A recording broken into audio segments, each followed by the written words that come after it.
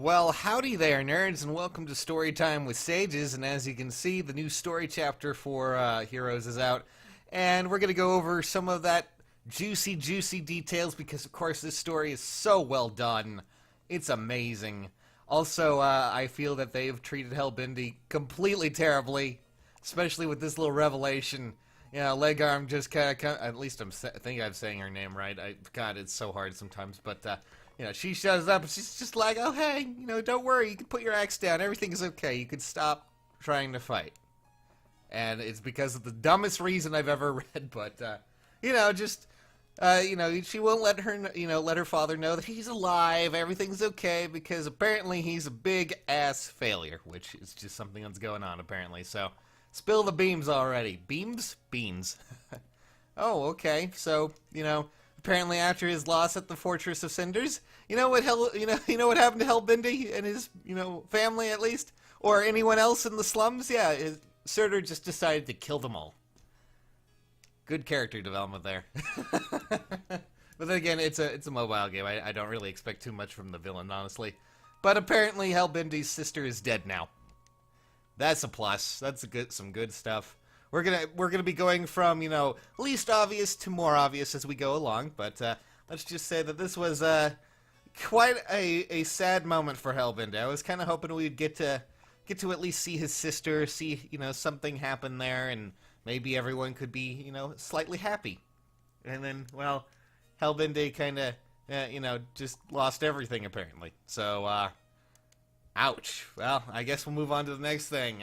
You know, just. Yeah, the obvious thing. Let's go talk about that, shall we? And now, here we are on the dramatic reveal, nerds. As you can kind of guess what's gonna be happening. Gee, I wonder who healed Fjorm, and gee, I wonder at what point did she get this cough. Oh my goodness. It might be that little girl there has been evil all this time, and has been a giant, you know, an actual rather fully grown lady with, fully grown accessories and things like that. My goodness gracious me, what are you doing? Wow, what a surprise. I'm the traitor. Really, I mean, we called this months ago. When she showed up knowing your name and everything, it was just kind of obvious. I was kind of hoping they would throw us a curveball.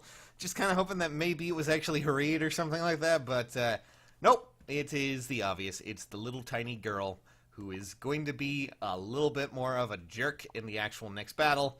And, well, you know what? We're going to hop into the battle, and then we're going to just conclude this little story segment, because, there's a few other things happening there, but no surprises here. It's Ylgr.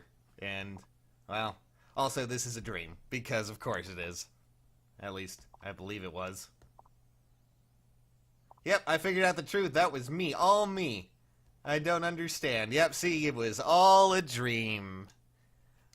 Well, at least we still seem to have, you know, Gunthra and her ability in some way. Maybe we can actually see the future. I don't know. But, well, Fjorm, we have to go and kill your little sister, so we'll go do that right now.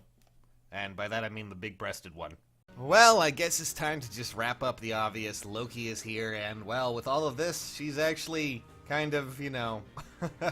going to be killing Veronica and all that fun stuff. Don't worry, I don't think she's actually gonna die. She's far too popular for that. Just look at the voting gauntlet.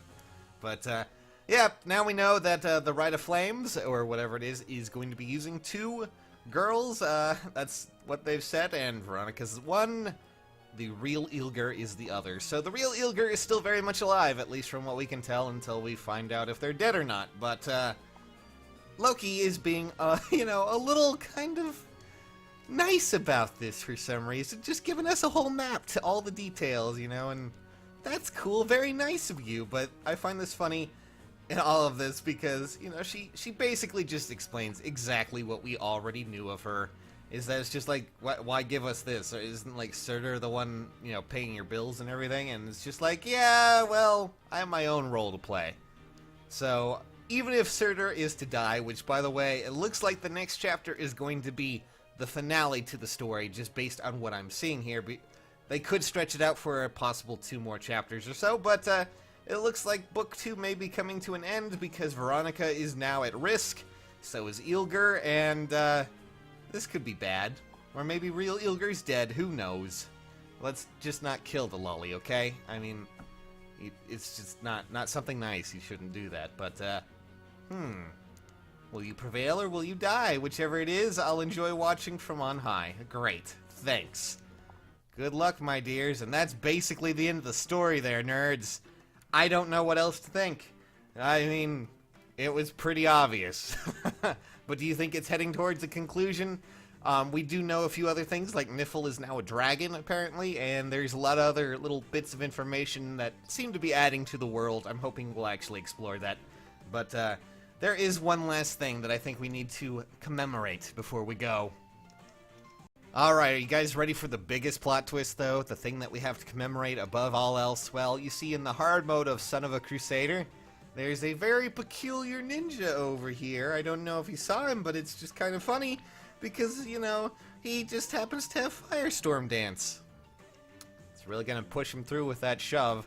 And before anyone asks, yes, this actually gets replaced by Dull Ranged, or at least one of the Dull abilities in the B slot in later modes. So, you know, I like to imagine what happened here is that he wanted to be a dancer when he was young. He was trying his hardest, but his parents just wouldn't agree with that, told him to go into, you know, life of crime and thieving. So that is my tragic backstory for this man. The true problem with it is the 4-star thief instead of a crusader. He just couldn't live up to his dreams.